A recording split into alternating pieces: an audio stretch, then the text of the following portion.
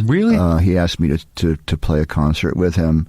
And we did a lot of, he worked on Full Moon Fever a little bit, so he was over around that. Well, I mean, the Jeff Lynne record. Yeah, George is a whole other book. I mean, I could tell you what a wonderful guy he was. But a great influence, guitar-wise, his guitar parts. And I think when I play guitar, yeah, I try to emulate those guys, Keith and George Harrison. Keith Richards? Keith Richards. Yeah. And all those, the bands, the Kinks, Animals, their guitar parts were really simple, yeah, but melodic, and they don't get in the way of the song. They do a job, and then they allow the song to blossom. Well, that's interesting to separate those two, because I'm a huge Keith guy. I'm a George guy to a degree, but I don't know that I really can understand or appreciate specifically what he brings to the guitar that makes him who he is. What George? is that? Yeah. Well, he's a melodic player. Yeah. And he's got a little bit of Chet Atkins finger picking here and there. Okay. And he's just a feel player. He plays with a great feel. There's a sadness to it too. A sadness, a soul. He plays with soul, especially when he started playing slide. He found a whole new voice for himself. And he was just a genius at taking those songs, those Lennon McCartney songs, and finding bits for it. Right. Like, for instance, that song, You Can't Do That. Yeah. He told me one day that they were recording that, and he didn't have that guitar part. And they had the chords, and they said, okay, we're going to do this track now. George, do something. Yeah.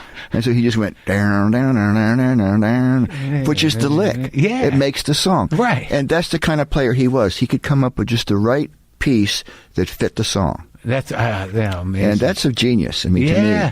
And all those songs, if you listen to the guitar closely, it's pretty brilliant playing. Yeah, it's kind of no one sounds like that. No, and it fits the song. And those ones that he wrote early on, to me, were just haunting. Like "Don't Bother Me." Yeah, like that song. Great song, yeah. Right. Mm-hmm. And did you watch that doc, the Lennon thing, the Above Us Only Sky thing? Yes. Did you see that moment where George comes in and he's got this slide and Lennon's working something on the piano out and he just looks at George, for guitar support, and it was like nothing was said and it was right there. Yeah. And it was so moving to me. It was so clearly symbiotic that he completely trusted George in that moment. Well, that's his genius, George's genius. Another example, which I read, And I Love Her. Oh, yeah. Down, down, down, down. They didn't have that. That was George. Oh, wow. George came up with that. Wow. So, what was your relationship with Tom along those lines in terms of songwriting? Well, it was telepathic, like you said. There was not ever much discussion. We just had I had a affinity for him, and he had an affinity for me, and he would usually write songs on his own when he did, and come in on acoustic or and just rhythm. Yeah. And I would just sit down, like you mentioned, Mystery Man. He started playing. I don't know. I just knew what he wanted, and I was able to make it work with him. Yeah. We had that thing. It was beautiful. Yeah. It's a once in a lifetime thing we had. Yeah, man. And so in all of the songs, so usually what would happen is he'd have it on the acoustic and you guys would build it out. He would usually have chords in the rhythm and sing. And and so you'd figure out a guitar. We would join in. Right. We would join in, and it always seemed to find a place. Yeah, and I talked to Ben Mon a while back. He's sort of like a wizard of a kind, huh? Absolutely, yeah. It's sort of interesting because when I listen to your solo with the Dirty Knob solo, there's something about that record, maybe like Mojo, or maybe one of the later records, but of the Heartbreakers. But there's something about how you seem to cover. It's almost like the band, this is American music in all its ways. Do you dig what I'm saying?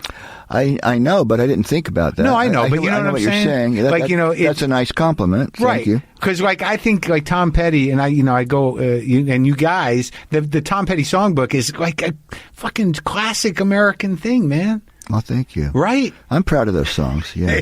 Yeah, you are.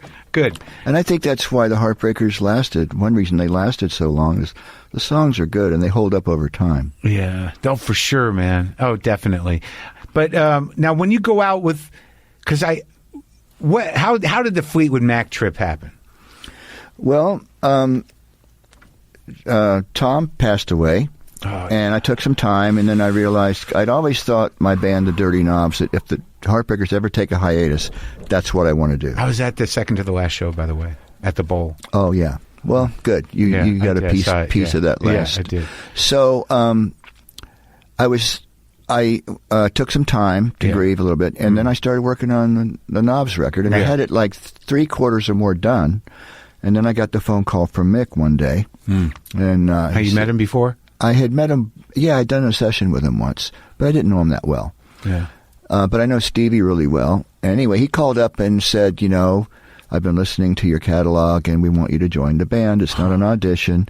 We want you to join the band. So I immediately thought, okay, we're joining the band. We're going to make a record. And I said, well, it starts with the songs. He said, oh, well, we have some tour dates first. We have some tour commitments. I said, okay. Tricking you into the tour. Well, not tricking me, but I was fine with it. Sure. That's just the way my mind works. Right, let's make a record. So I put that on the back burner, which is fine. Yeah. And I said, okay. The tour ended up being 1.5 years. And God bless the Knobs, they waited for me. Yeah. And so when that was over, I went right back to work on the record, and in a week or two, I finished it. But like when you're stepping into to those songs, right? Yeah. I mean, that's a heavy catalog. That's some big shit. Great songs. Big songs. Now, and Lindsay's a very specific type of player. Absolutely. So what I didn't see any of the shows. What do you do? Do you do his licks or what? Absolutely. Well, you have to. On those songs, it was a challenge for me because I wasn't used to doing that. I was used to playing my own songs and things. Playing Tom Petty songs, too. Yeah. Heartbreaker songs. Yeah, songs that I came up with the guitar part. So here I was, like take any of those songs, like Dreams. It needs those guitar lines or the song doesn't work. Right. So I took the challenge on, and I dug in and learned them. Yeah. And played them. Yeah. Accurately. Yeah. And then in other places, on other songs where they wanted something me to step out, I could add my own thing. But I looked at it like my job is to honor these songs. Right. And to honor this band, which I love, and do the best I can to recreate those guitar parts the best I can. Yeah. And that's what I did. And did you have to figure out the equipment and shit? No. I used my amps and my guitars, but I did have to study the records quite a bit and really dig into what's he doing there? What is that note? Like, oh, I get it now. Okay. Now, when you do that for someone like him, I assume you respect him as a guitar player. Absolutely. Yeah. Are you like when you do when you kind of have to figure out someone else's shit at this point in your life? Were you sort of like, wow, that's interesting, that he made that decision? Well, it's very similar to when I first started learning guitar. Right. I listened to a Beatles record. What's he doing? Right. And in the course of that challenge, you learn things. Right. That you can take from it. Yeah. And so I had the same experience with that. I looked at if the Heartbreakers were going to learn a cover. That had a guitar part in it, I'd go to learn it so I could at least respect how it started. Yeah.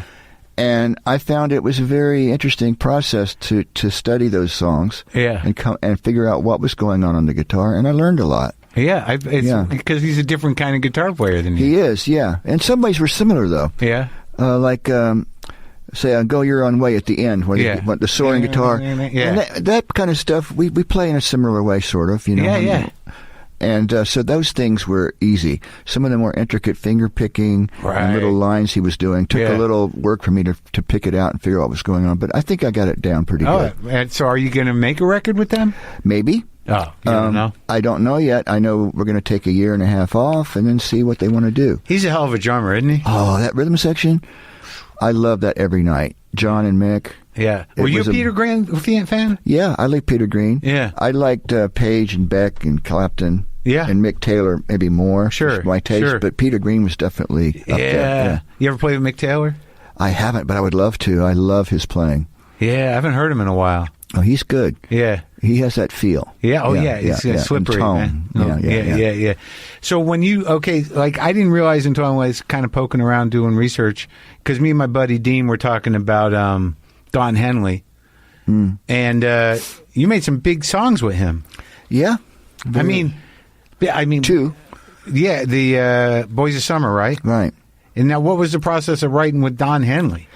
Well, it's the same as writing with Tom. Oh, yeah? What I was doing with Tom was I would put music together and make a demo with all the instruments. And show it to him. And if he liked it, he would start singing over it and come up with a song. And it was the same with Don. I had the piece of music. And I went over to his house with a little cassette player and sat down at the desk. Yeah.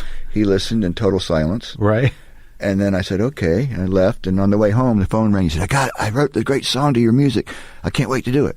It happened just like that. But how does a call like that happen? Why are you over there at Don's Well, house? Jimmy Iovine. Oh, okay. Jimmy Iovine he produced, had heard that demo of mine, and he called me and said, Don Henley's looking for songs. Right. I said, what kind of song does he want? He said, an image maker.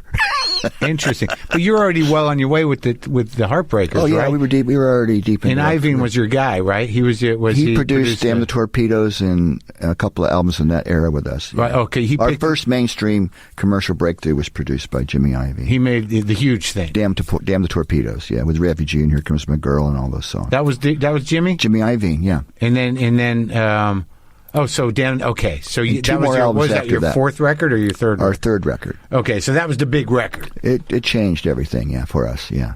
Yeah? Yeah. And so he's sort of like, hey, Don's looking. What do you got going? You got anything sitting on the... Well, he's an interesting guy. He's brilliant because he also we had Stop Dragging My Heart Around, which I had written with Tom. Yeah. And we had cut it and we weren't so sure about it. And he said, I think that could be a duet.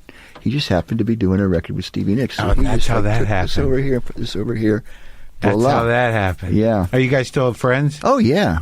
Yeah, we have a deep connection. And your first two records are on Shelter Records? Right. Was Leon around? Leon was around. He didn't play on those records, but it was his producer, Denny Cordell. Who produced us, and so we were around his house. How did that happen with Shelter?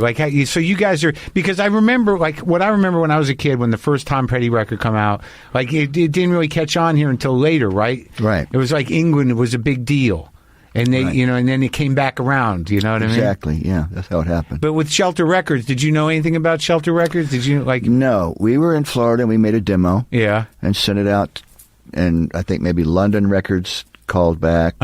And then Shelter called back.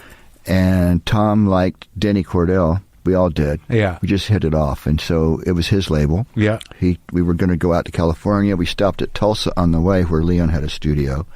And met Denny and did a little recording. Then we went on out to L.A. And Denny took us under his wing and helped us get started. The first couple, huh? Yeah. Because he was essential. Yeah? You learned a lot from that guy? A lot. He was great at saying, well, this song... not so good. This song, go more in this direction. He had an overall view. He wasn't a musician, but he knew songs. Yeah. And he knew style. And he could tell which direction we should go in. And he helped us that way a lot. And because I know that Leon Russell he brought in that later Freddie King shit.